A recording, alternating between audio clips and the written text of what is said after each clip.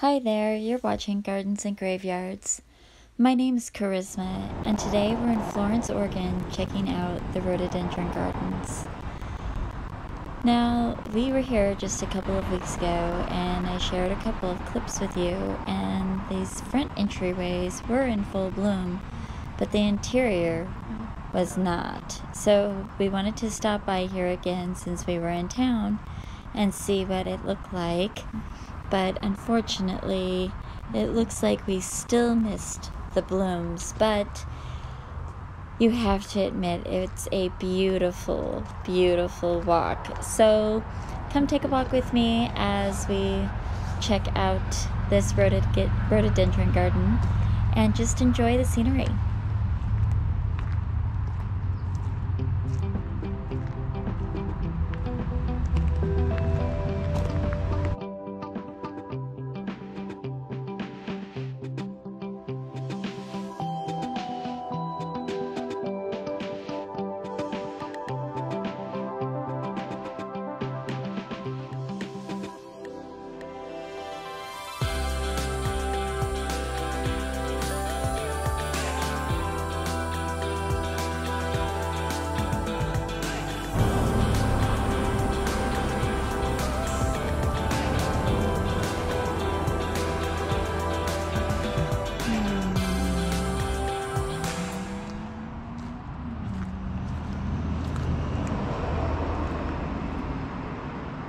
Did you look at that one? It is huge.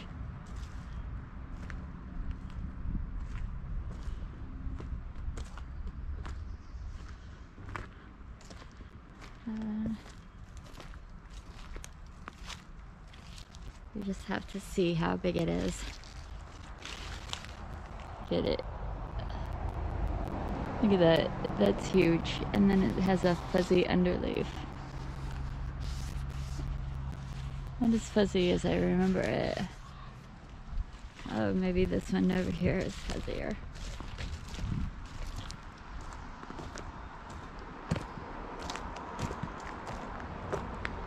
Or this one. Oh yeah, this one has a much fuzzier underleaf. Really interesting. Wish I knew which one this was. Really fun. So I'm in the Rhododendron Garden in Florence, Oregon, and we were here a few weeks ago, I think 2 weeks ago, and it was, the whole front was all blooming, and I was waiting for the middle to be blooming to come in here, but now I'm seeing that the blooms are, there's a lot of traffic. I'm seeing that the blooms are kind of bloomed out. So I just did a quick walk through here without Spencer to see how things were going before he, you know, had to walk through this because his knee is still injured. He's having surgery this summer. We're gonna go off to Bones Nursery, who sells and develops new rhododendrons, and we haven't been there yet, and we're really looking forward to seeing what that is all about. But from the gorgeous display in front of their nursery, I think it's going to be a really fun time. So as you can see, as I'm walking through here, there's just not a whole lot in bloom at this time. We missed the peak, I think. So we'll have to come back next year and see if we can catch it. So on to the next place.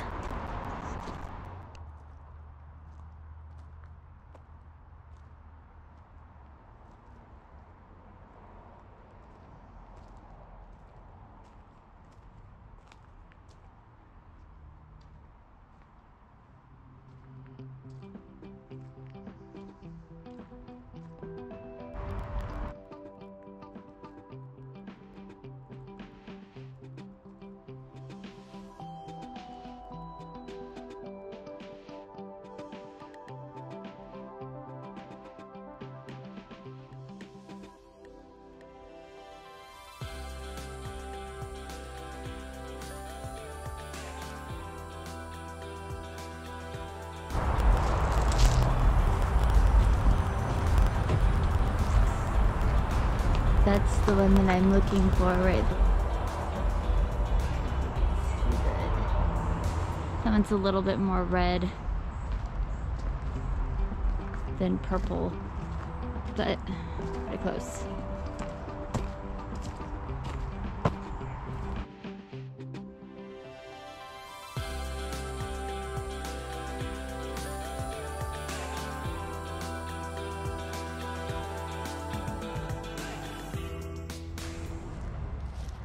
Look at that super dark red one. Gorgeous.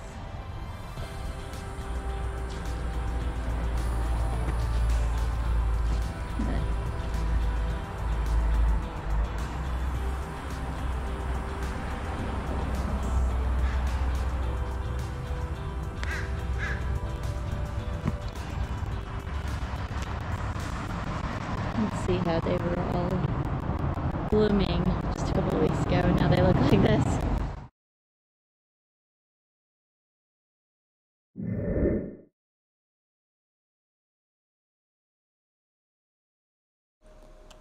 We had the privilege of walking this property in this nursery with the owner, and so my videotaping ended up being kind of spotty because we were really just in the present moment and soaking in all the beauty, and it was such an honor to be with the person who created this property and continues to cultivate it and care for it. It was just a really special opportunity to walk around with someone so knowledgeable.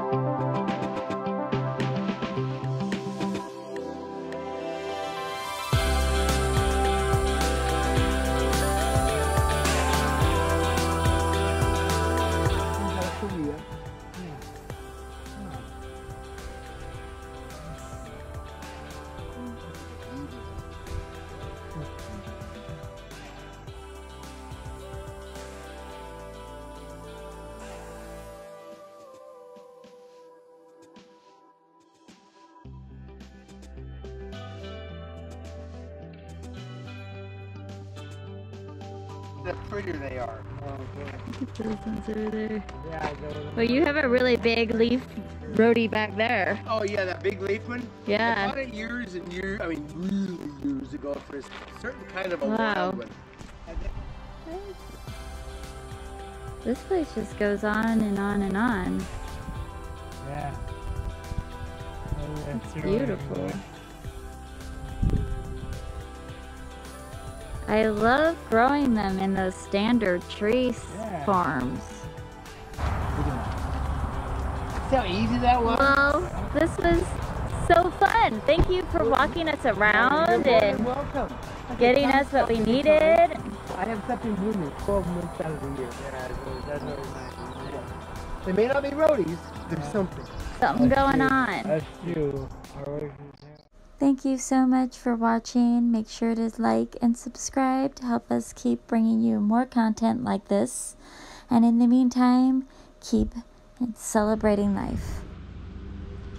But this is what we ended up with at Bones Nursery. Isn't that gorgeous? Yellow.